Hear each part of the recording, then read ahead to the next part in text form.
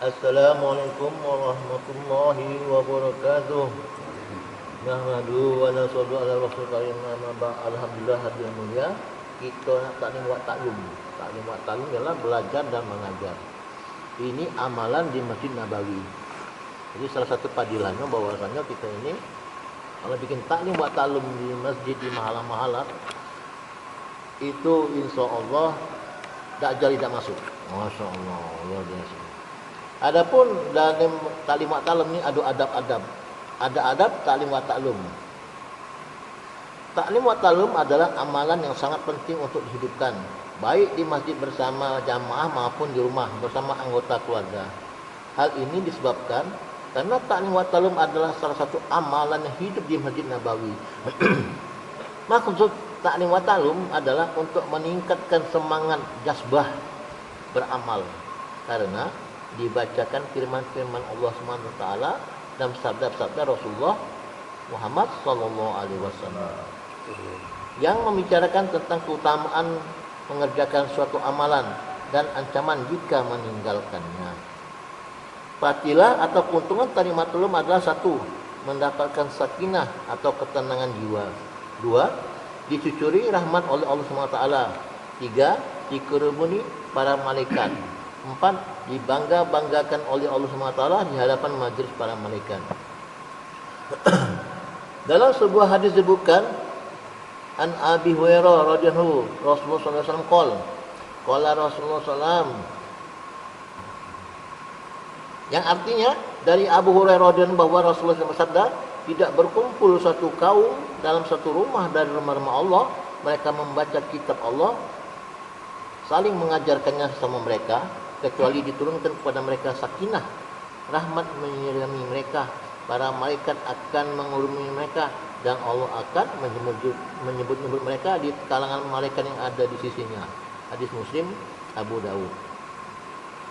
Adab-adab taklim wa taklum adalah: satu, adab lahirah. Satu, memiliki wudu. Ada wudu tak kita ni? Kalau ada wudu, baik wudu. Ya. Kedua, duduk iftiras atau duduk tahiyat awal. Awal-awal kemeluk. Duduk iftiras. Tiga, memakai wangi-wangian. Ini sunnah nih, mata wangi-wangian. Yang praktiknya apa? Jadi tahu. Ini.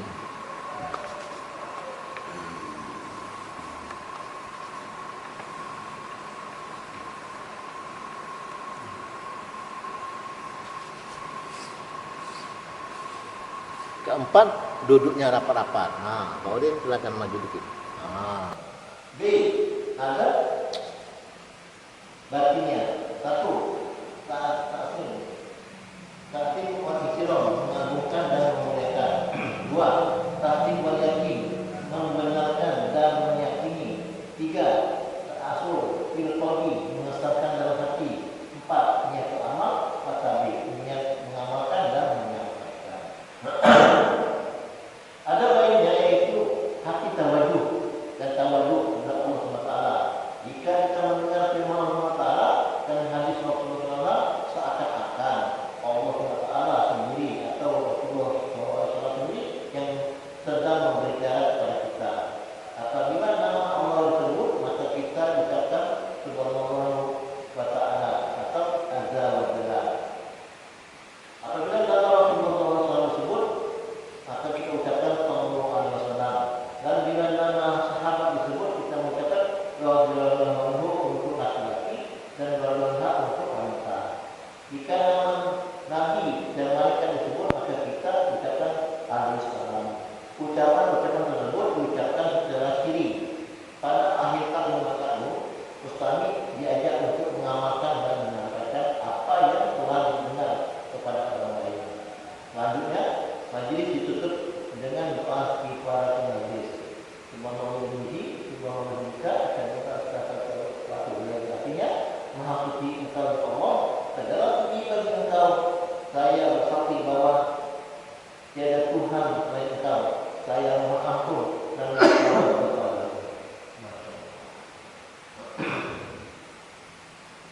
jadi awal-awal ini kita membaca keterangan mengenai Iya. Dari sini jadi macam kisah sahabat. Kisah sahabat 10. Kisah hijrahnya Sayyidina Umar radhiyallahu anhu. Kisah mengenai Sayyidina Umar radhiyallahu anhu sudah banyak diketahui. Bahkan anak-anak pun sangat mengenal kepahlawanan dan keberaniannya. Pada permulaan Islam, ketika keadaan kaum muslimin masih sangat lemah, baginda Rasulullah SAW berdoa agar Islam dikuatkan melalui Islamnya Sayyidina Umar radhiyallahu anhu, dan doa itu dikabulkan oleh Allah Taala. Sayyidina Abdullah bin Mas'ud radhiyallahu anhu berkata, sebelum Sayyidina Umar radhiyallahu anhu memeluk Islam, kami tidak bisa mendirikan sholat di dekat Ka'bah. Sayyidina Ali radhiyallahu anhu berkata, pada mulanya setiap muslim berhijrah dan sembunyi-sembunyi. Tetapi ketika Sayyidina Umar radhiyallahu anhu berhijrah, dia pergi dengan pedang dikalikan berserta musuh panah dan anak-anak panah yang cukup banyak di tangannya. Pertama-tama ia masuk ke Masjidil Haram, bertawaf dengan tenang, lalu sholat dengan sangat khusyuk. Kemudian ia pergi ke kumpulan orang-orang kafir daripada kepada mereka. Siapa yang menginginkan ibunya menangisinya, istrinya menjadi janda, dan anaknya menjadi yatim, tunggulah bulan Mekah untuk melawanku. Kata-kata itu diucapkan di setiap kumpulan orang kafir, tetapi tidak seorang pun yang berani menyambut tantangan. Dan kita dulu buat kemana? Kalau mau sudah keluar, kalau ini cuma keluar dengan kafir, aku ibunya nantinya bininya dari jando, anak menjadi tunggu aku sampai drop dulu, mental aku ya.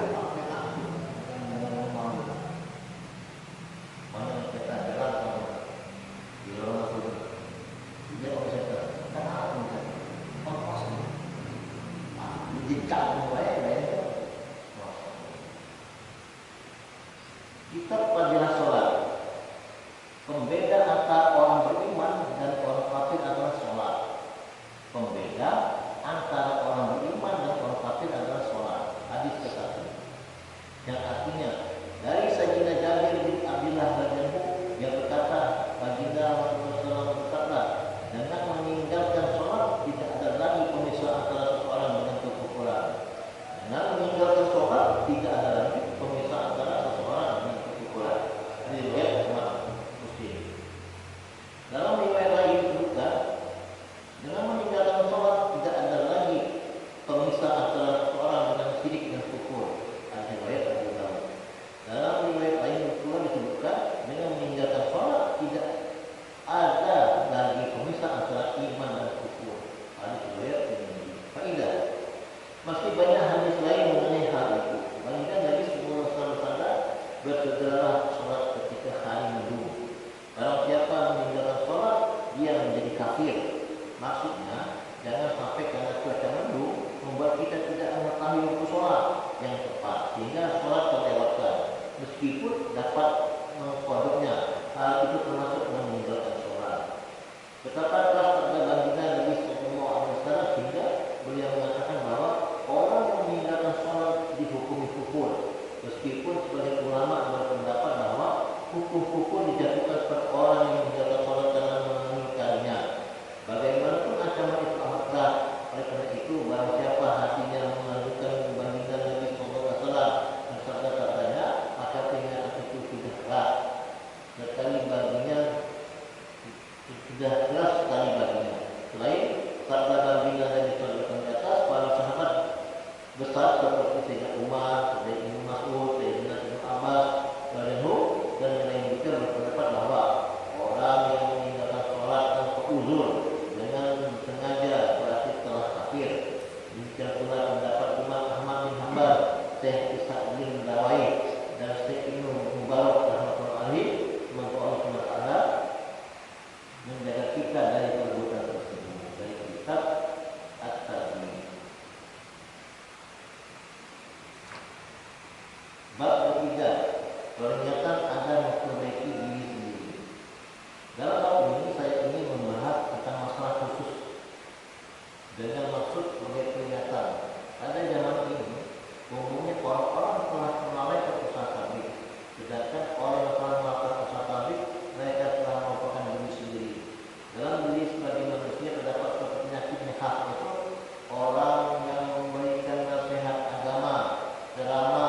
tulisan, taklim atau tablik kepada orang lain yang terpikir olehnya adalah orang lain, sedangkan dirinya sendiri terlupakan. Padahal meskipun memperbaiki orang lain itu sangat penting, tetapi memperbaiki diri sendiri jauh lebih penting.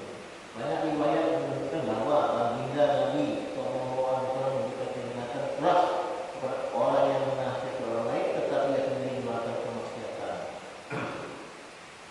Ketika malam Mi'raj, baginda Rasulullah SAW melihat sekelompok manusia yang bibirnya digunting-gunting dengan gunting api yang membara.